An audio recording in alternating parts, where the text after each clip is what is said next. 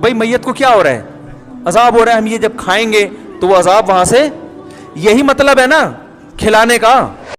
اچھا حضور کی حدیث ہے جس کھانے پر بسم اللہ نہ پڑھی جائے اس میں شیطان شریک ہو جاتا ہے. السلام علیکم دوستوں, آج مفتی طارق مسعود اور مولانا فاروق خان رضوی صاحب کے مختصر سے بیانات سنتے ہیں, اور اس کے بعد آپ لوگ کامنٹ میں بتائیے گا کہ دونوں میں کس کی بات صحیح ہے. تو چلیے ویڈیو شروع کرتے ہیں. میں اس پر ایک دلچسپ لطیفہ سنا دوں پھر بیان ختم کرتا ہوں. ایک آدمی جو تھا نا, اس نے کہیں ہمارے بیان سنے ہوں گے یا علماء کے بیان سنیں گے, اس نے تہیہ کر لیا, اس کے والد کا انتقال ہوا, اس نے تہیہ کر لیا کہ میں دیگے نہیں پکاؤں گا, نہیں کھلاؤں گا, میرے ابا دنیا سے چلے گئے, بس میں روؤں گا, اللہ سے مغفرت کی دعا مانگوں گا, حسب توفیق کہیں صدقہ خیرات کر دوں گا, یہ دیگے شیگے میں نہیں پکاؤں گا. تو لوگ کہاں چھوڑتے ہیں, لوگ کہاں چھوڑتے ہیں, لوگوں نے اس کو تنگ کرنا شروع کر دیا, مر گیا مردود, نہ فاتحہ نہ درود, وہابڑا ہیں, یہ ہیں وہابڑے خشکے, تیرے باپ نے تیرے لیے کیا کیا تھا دنیا میں, تو اس کے لیے 6 دیگے نہیں پکا سکتا.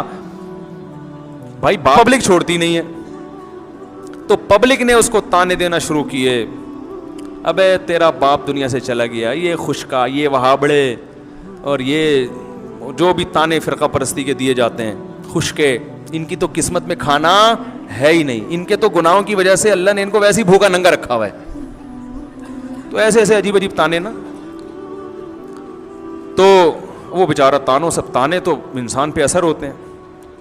تو اس نے ایک چال چلی, اس نے بولا بھائی ٹھیک ہے, لوگ مجھے کنجوس کہہ رہے ہیں نا, تو میں اس کنجوسی کے تانے کو بھی دور کروں گا, لیکن انہوں نے جو مجھے اذیت دی ہے نا اس کا بھی جواب دوں گا. اس نے تیجے پہ بلا لیا سب کو, بولا آ جاؤ بھائی لنگر ہے, مرغے شرغے پکائے, بڑی لش پش قسم کی قورمہ بریانی پلیٹیں لوگوں کے سامنے رکھ دیں. اب لوگ ایک دم جیسے ہی کھانے کے لیے لوگوں نے نوالا ڈالا ہے نا برتن میں, وہ روٹی کا لقمہ اور بوٹیاں اٹھائی ہیں, منہ کے قریب لے کر آیا, اس نے کہا ایک دم اسٹاپ, 1 سیکنڈ میری بات سن لیں. لوگوں نے کہا جلدی بتاؤ بھائی, میت کو عذاب ہو رہا ہے نا قبر میں, یہی جذبہ ہوگا لوگوں کا, میت کو کیا ہو رہا ہے, کچھ ایسا ہوا نہیں ہے میں اپنی طرف سے, لیکن جذبات یہی ہوتے ہیں لوگوں کے کہ بھائی میت کو کیا ہو رہا ہے, عذاب ہو رہا ہے, ہم یہ جب کھائیں گے تو وہ عذاب وہاں سے, یہی مطلب ہے نا کھلانے کا.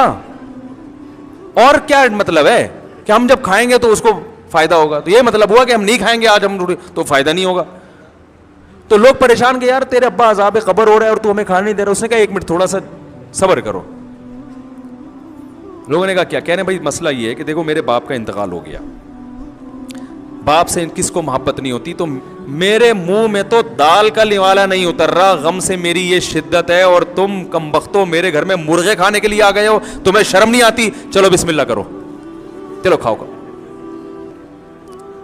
لوگوں نے کہا کمبخت اب ہمیں کھانے کے قابل.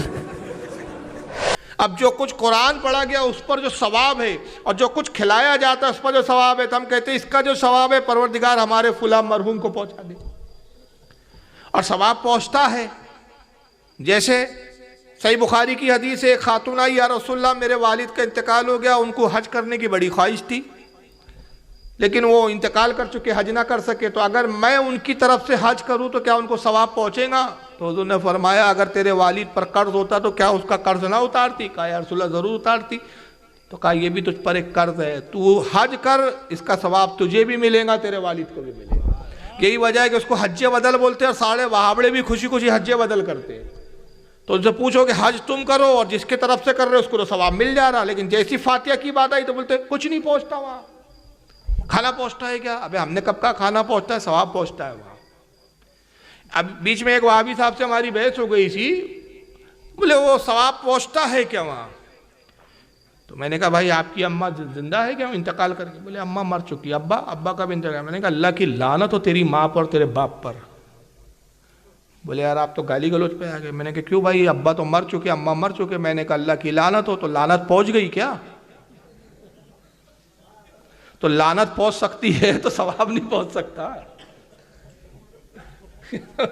لعنت تو پہنچ گئی بھائی, اور نہیں پہنچی تو غصہ کیوں کر رہا ہے پھر؟ میرے کہنے سے تو کچھ ہوتا ہی نہیں پھر.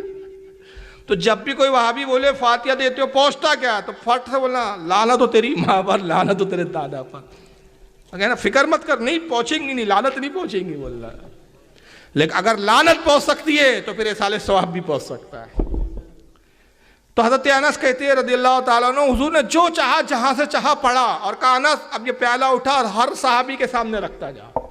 انس کہتے میں ہر صحابی کے سامنے پیالہ رکھتا. حضور کہتے کھاؤ کھاؤ شکم سیر ہو کر کھاؤ, پیٹ بھر کے کھاؤ. ترغیب دلاتے کہ یہ نہ سوچو تھوڑا ہے, جتنا کھا سکتے. ہر صحابی پیٹ بھر کے کھاتا پیالہ دوسرے صحابی کے پاس, تیسرے 70 صحابہ سے پیالہ گھوم کر آیا, آخر میں حضور کے پاس. حضور نے بھی کچھ کھایا اور اس کے بعد کہا انس یہ پیالے میں جو کچھ رہ گیا نا جا اپنی ماں ام سلیم کو ہماری طرف سے دینا. حضرت انس کہتے ہیں قسم اس وعدہ لا شریک کی جس نے رسول اللہ کو حق کے ساتھ بھیجا, میں حیران ہو گیا. جب لایا تب زیادہ تھا کہ اب لے جا رہا ہوں تو زیادہ ہو گیا ہے.